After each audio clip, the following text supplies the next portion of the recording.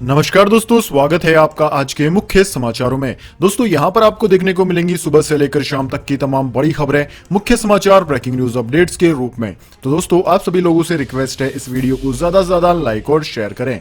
तो दोस्तों सीधे चलते हैं आज की पहली बड़ी खबर की ओर। सस्ते नहीं होंगे पेट्रोल और डीजल। काउंसिल की मीटिंग में 6 राज्यों ने डीजल पेट्रोल को जीएसटी के दायरे में लाने का विरोध किया। बायोडीजल पर जीएसटी घटकर 5% हुआ।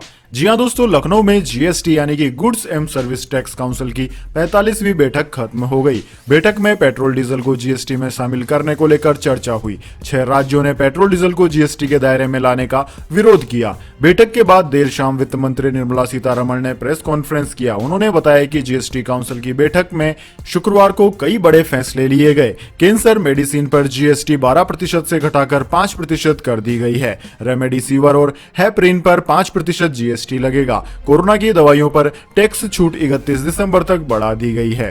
केंद्रीय वित्त मंत्री निर्मला सीतारमण ने कहा कि कुछ जीवन रक्षक दवाओं को जो पहले बहुत महंगी है और बच्चों के लिए ज्यादा इस्तेमाल की जाती है या कोरोना से संबंधित नहीं है, ऐसी ड्रग्स को जीएसटी से छूट दी गई है। इस पर अब जीएसटी नहीं लगेगा। जोलगैंसा और वेल्टेस्पो ऐसी ही 2 महत्वपूर्ण ड्रग्स है। वहीं दोस्तों बताया जा रहा है कि बैठक में बायोडीजल पर जीएसटी घटाकर 5% करने को मंजूरी मिली है।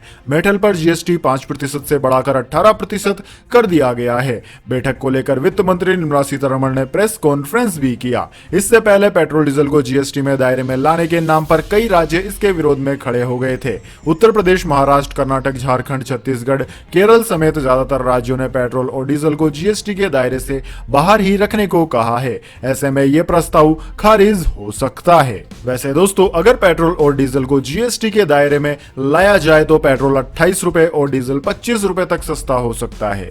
इसके बाद दोस्तों अगली बड़ी खबर, सरकार ने देश में पर्यटन को पूरी तरह से खोलने की तैयारी। जी हाँ दोस्तों, सरकार ने देश में पर्यटन को पूरी तरह से खोलने की तैयारी शुरू कर दी है। पिछले वर्ष मार्च में कोरोना का प्रकोप बढ़ने के बाद पर्यटन को बढ़ावा देने वाले कार्यक्रमों को बंद कर दिया गया था। अब जब कोरोना का असर कम हो रहा है और वैक्सीनेशन भी तेजी से की जा रही है, ऐसे में पर्यटन खोलने की तैयारी है। केंद्रीय पर्यटन, संस्कृति और पूर्वोत्तर क्षेत्र विकास मंत्री जी किशन रेड्डी ने न्यूज 18 हिंदी को बताया कि अगर हालात सामान्य रहे तो अगले साल 1 जनवरी से पर्यटन को पूरी तरह से खोल दिया जाएगा। पर्यटन मंत्री जी किशन रेड्डी ने बताया कि मंत्रालय की तैयारी है कि अगर हालात सामान्य तो अगले वर्ष 1 जनवरी से पर्यटन को पूरी तरह से खोल दिया जाएगा। वहीं दोस्तों देश भर में कोरोना केस घट रहे हैं, लिहाजा केंद्र सरकार अर्थव्यवस्था को बढ़ावा देने के लिए बहुत जल्द टूरिस्ट वीजा फिर से शुरू करने पर विचार कर रही है। गृह मंत्रालय के सूत्रों के मुताबिक सरकार इस पर जल्द फैसला ले सकती है।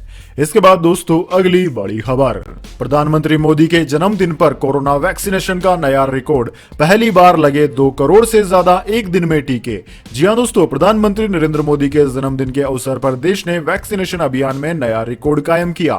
एक दिन में पहली बार 2 करोड़ से अधिक कोरोना के टीके लगाए गए। दोस्तों कोरोना वैक्सीनेशन में महत्वपूर्ण भूमिका निभाने वाले कोविन प्लेटफॉर्म के जरिए से 2 करोड़ से अधिक लोगों का टीकाकरण होने की जानकारी मिली है। कोविन के अनुसार अब तक सुबह से शाम करीब 5 बजे तक 2 करोड़ लोगों का टीकाकरण हो चुका था। यह पहली बार है जब एक दिन में इतना अधिक टीकाकरण किया गया। सरकारी सूत्रों का कहना है कि सरकार अक्टूबर मध्य तक 1 अरब टीके लग जाने की उम्मीद कर रही है। इसमें पहली और दूसरी डोज दोनों शामिल है। इसके बाद दोस्तों अगली बड़ी खबर, अफगानिस्तान पर प्रधानमंत्री नरेंद्र मोदी ने दुनिया को दी चेतावनी।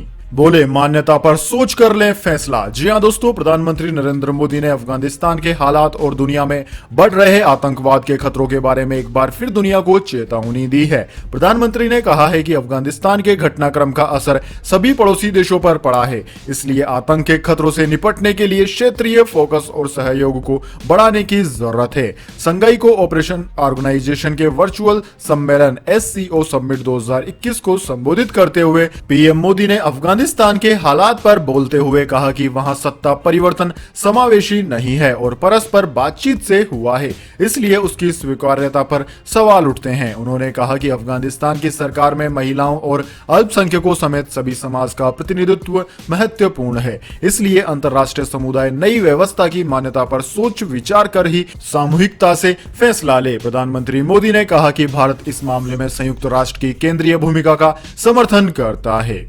इसके बाद दोस्तों अगली बड़ी खबर, ओला इलेक्ट्रिक स्कूटर्स ने मचाया धमाल, 2 दिन में 1100 करोड़ रुपए की हुई बिक्री। अगली सेल 1 नवंबर को। जी हां दोस्तों, ओला इलेक्ट्रिक स्कूटर S1 और ओला S1 प्रो की बिक्री 15 सितंबर को शुरू हुई। इस बिक्री को ग्राहकों की ओर से जबरदस्त रेस्पॉन्स मिला। कंपनी ने बताया कि 2 दिनों में 1100 करोड़ रुपए की बिक्री हुई। पहले दिन ओला को 600 करोड़ रुपए की सेल हुई थी। कंपनी का दावा है कि यह भारत में पूरे 2 व्हीलर सेगमेंट की एक दिन की बिक्री से भी कहीं ज्यादा है। कंपनी ने बताया कि स्कूटर की बुकिंग खुली रहेगी। नए खरीदारों के लिए अगली सेल 1 नवंबर को आयोजित की जाएगी। बुकिंग अमाउंट और बुकिंग की प्रक्रिया में कोई बदलाव नहीं किया गया है। बुकिंग 499 रुपए में होगी। ओला के सीईओ भावेश अग्रवाल ने कहा कि जहां खरीद का पहला दिन हमारे और ऑटो उद्योग के लिए काफी अभूतपूर्व था, वहीं दूसरा दिन बस वहीं से आगे बढ़ा जहां से पहला दिन खत्म हुआ था। ग्राहकों ने हमारे उत्पादों के लिए जो उत्साह दिखाया वह पूरे समय बना रहा। इसके बाद दोस्तों अगली बड़ी खबर, जम्मू कश्मीर पीडीपी अध्यक्ष महबूबा मुफ्ती ने कहा नाजायज तरीके से हटाया गया 370 और 35A। जी हां दोस्तों, जम्मू कश्मीर की मुख्यमंत्री और पीडीपी अध्यक्ष महबूबा मुफ्ती ने राजौरी में अनुच्छेद 370 और 35A के हटाए जाने को लेकर एक बार फिर बयान दिया है। उन्होंने कहा है कि अनुच्छेद 370 और 35A कानूनी तरीके से नहीं लाया गया, जायज तरीके से नहीं लाया गया, बल्कि नाजायज तरीके से गया है। राजौरी में एक सभा को संबोधित करते हुए कहा कि 370 और 35A कानूनी तरीके से नहीं गया, जायज तरीके से नहीं गया, बल्कि नाजायज तरीके से इसे ले जाया गया। डाकू जो चीज लूट कर ले जाता है वो उसकी नहीं होती, उसे वापस लाना होता है। दुनिया में कोई चीज नामुमकिन नहीं है। महबूबा मुफ्ती ने कहा कि हमें निराश नहीं होना चाहिए। उन्होंने कहा कि मुझे यकीन है कि एक वक्त आएगा जब न केवल अनुच्छेद 370 और अनुच्छेद 35 फिर से बहाल किया जाएगा, बल्कि सरकार यह कहने पर भी मजबूर होगी कि उन्होंने गलत किया था और वो पूछेंगे कि हम जम्मू कश्मीर के लिए और क्या चाहते हैं। वैसे दोस्तों, आपकी जानकारी के लिए बता दें, 5 अगस्त 2019 को केंद्र की नरेंद्र मोदी सरकार ने जम्मू कश्मीर के लिए विशेष प्रावधान वाला अनुच्छेद 370 खत्म कर दिया था। इसके साथ ही सरकार ने जम्मू कश्मीर राज्य को विभाजित कर जम्मू कश्मीर और लद्दाख के रूप में 2 केंद्र शासित प्रदेशों का गठन कर दिया था। इसके बाद दोस्तों अगली बड़ी खबर, चीन का अजब फैसला, विदेशी विचारधारा से प्रभावित न हो जाएं बच्चे, इसलिए बैन किए प्राइवेट ट्यूटर।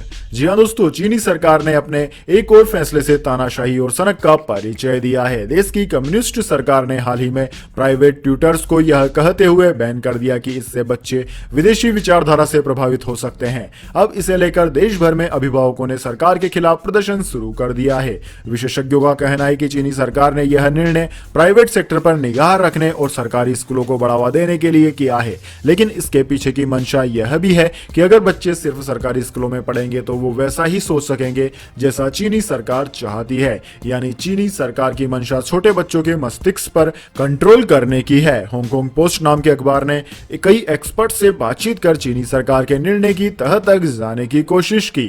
माना जा रहा है कि चीनी सरकार नहीं चाहती है कि किसी भी रूप में देश के छात्रों को पश्चिमी देशों की विचारधारा का ज्ञान हो। सरकार का मानना है कि प्राइवेट स्कूलों के जरिए बच्चों पर अन्य देशों द्वारा दखल भी दिया जा सकता है। इसके बाद दोस्तों अगली बड़ी खबर, न्यूजीलैंड ने रद्द किया पाकिस्तान का दौरा।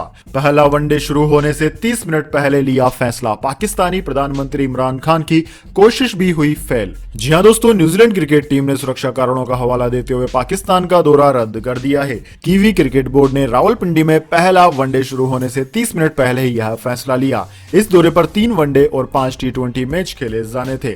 न्यूजीलैंड को टीम की सुरक्षा से जुड़ा इंटेलिजेंस अलार्म मिला था। अब टीम को जल्द से जल्द पाकिस्तान से निकालने की तैयारी हो रही है। पाकिस्तान ने इस दौरे को बचाने की पूरी कोशिश की। पाकिस्तान के प्रधानमंत्री इमरान खान ने न्यूजीलैंड की प्रधानमंत्री जेसिंडा अर्डर्न को फोन पर सुरक्षा का पूरा आश्वासन देने का वादा भी किया। इमरान ने कहा कि पाकिस्तान के पास दुनिया का सबसे अच्छा इंटेलिजेंस सिस्टम है और कीवी टीम के ऊपर किसी भी तरह का खतरा नहीं है। हालांकि उनका आश्वासन भी काम नहीं आया और न्यूजीलैंड ने दौरा रद्द करने का फैसला ले लिया। दोस्तों आपकी जानकारी के लिए बता दें, पहला वनडे मैच भारतीय समय अनुसार दोपहर 3 बजे से शुरू होना था, यानी कि टॉस दोपहर 2:30 बजे होना था, लेकिन दोनों टीमों में से कोई भी टीम होटल से बाहर नहीं आई। खिलाड़ियों और सपोर्ट स्टाफ को होटल में ही रुकने को कहा गया था। दोस्तों पाकिस्तान में क्रिकेट टीमों की सुरक्षा हमेशा चिंता का विषय रही है। 2009 में लाहौर में श्रीलंकाई टीम की बस पर आतंकी हमला हुआ था। इसमें किसी की जान तो नहीं गई थी, लेकिन कुछ खिलाड़ी घायल हुए थे। इसके बाद सभी टीमों ने पाकिस्तान का दौरा करना बंद कर दिया दिया था। पाकिस्तान अपने घरेलू मुकाबले यूएई में खेलने को मजबूर है। इसके बाद दोस्तों अगली बड़ी खबर, चीन के बाद रूस का भी तालिबान को सपोर्ट, पुतिन ने कही यह बात। जी हां दोस्तों, अफगानिस्तान में तालिबान की वापसी के साथ ही कई देश ऐसे हैं जो तालिबानी सरकार को मान्यता नहीं दे रहे हैं। वहीं कुछ देशों ने तालिबान के साथ बेहतर संबंधों की तरफ कदम बढ़ा दिए हैं। चीन और पाकिस्तान के बाद अब रूस भी तालिबान से सकारात्मक रिश्ते की पहल कर चुका है। रूस के राष्ट्रपति व्लादिमीर पुतिन ने हाल ही में कहा कि रूस को तालिबान के साथ मिलकर काम करना होगा। पुतिन ने चीन और रूस के नेतृत्व वाले सुरक्षा ब्लॉक संघाई सहयोग संगठन की बैठक में यह बात कही। तजाकिस्तान की राजधानी दुशांबे में आयोजित सम्मेलन में पुतिन ने वीडियो लिंक के सहारे अपनी बात रखी थी। पुतिन ने कहा कि रूस ने अफगानिस्तान को लेकर संयुक्त राष्ट्र सम्मेलन में समर्थन दिया है। इसके अलावा दुनिया के प्रभावशाली देशों को भी अफगानिस्तान के हालातों को स्थिर करने पर विचार करना ही चाहिए। दोस्तों, आपकी जानकारी के लिए बता दें, चीन के बाद रूस एक ऐसा शक्तिशाली देश है जिसने तालिबान को खुलेआम सपोर्ट किया है। और वीडियो को लाइक कर लीजिए और चैनल को सब्सक्राइब करके बेल आइकन जरूर से दबा लीजिए और अगर हो सके तो अपने दोस्तों और मित्रों के साथ हमारे YouTube चैनल को शेयर भी करिए ताकि उन्हें भी हर रोज की प्रमुख खबरें सुबह सुबह ही देखने को मिल जाए। धन्यवाद। वंदे मातरम। जय हिंद, जय भारत।